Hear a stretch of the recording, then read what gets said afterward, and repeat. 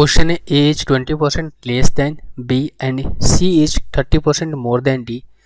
If D is 25% less than A, then which of the following is true. Option जो है B और सी में relate किया गया है. तो चलिए इसको कैसे करेंगे देखते हैं. ए, बी, सी और डी.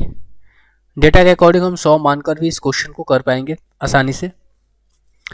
क्वेश्चन में कह रहा है पहली लाइन को आप पढ़ेंगे. ए इज 20% लेस देन बी हमें बोला गया. ए इज 20% लेस देन बी. अगर हम बी को 100 मान ले तो ए कितना हो जाएगा आपका 80 हो जाएगा. सेकेंड लाइन में बोला गया है C is 30% more than D. C is 30% more than D.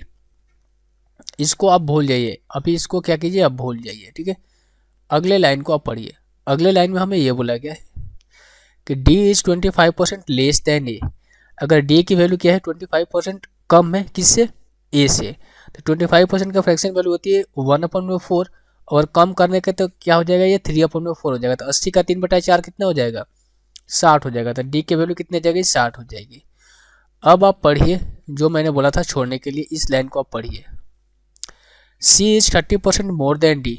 C is क्या है 30% मोर देन डी. सी के 30% का फ्रैक्शन वैल्यू होती है कितने 3/10. 3/10 यानी कि हम ये कह सकते हैं कि अगर डी 10 है तो सी कितना है 13 है. 10 की वैल्यू कितनी है 60 है, 1 की वैल्यू 6 यानी कि 13 की वैल्यू कितनी आ जाएगी 78. तो सी की वैल्यू कितनी आ जाएगी 78 आ जाएगी. ए बी सी डी का रेशियो में निकल कर आ गया. हमें पूछा क्या गया है, हमें बी और सी में रिलेशन बताना है. देखो बी और सी में रिलेशन बताना है. तो 100 और 78 का जो कॉम्बिनेशन है यही होगा.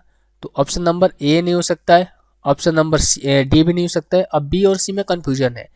मैंने आपको बताया था कि अगर 100A इक्वल्स टू 78B हमें लिखा गया है, तो अगर ए अपन में बी हमें निकालना है तो इसको जो यहाँ पर जो नंबर दिए गए हैं इनको क्या किया जाता है इंटरचेंज कर दिया जाता है. क्या इंटरचेंज कर दिया जाता है, यानी कि ए इक्वल्स टू कितना हो जाएगा आपका 78, ए इक्वल्स टू कितना हो जाएगा आपका 78 और बी इक्वल्स टू कितना हो जाएगा आपका 100.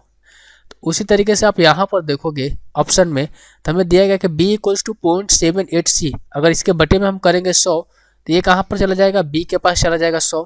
100 b इक्वल्स टू 0.78c हो जाएगा. यानी कि c की वैल्यू कितने निकल कर आ जाएगी 100, जो कि यहाँ पर कितना दिया गया 78. तो ऑप्शन नंबर बी सी जो है नहीं हो सकता. एक ही ऑप्शन बचा, ऑप्शन नंबर बी जो है यही क्वेश्चन का आंसर हो जाएगा. अगर बटे में करोगे तो यहाँ पर 100c हो जाएगा. तो b की वैल्यू क्या हो जाएगी इंटरचेंज होगा कितने हो जाएगी 100, जो कि हमें यहाँ पर निकाल कर रखा है. तो आई होप ये क्वेश्चन आपको आप समझ पाए होंगे.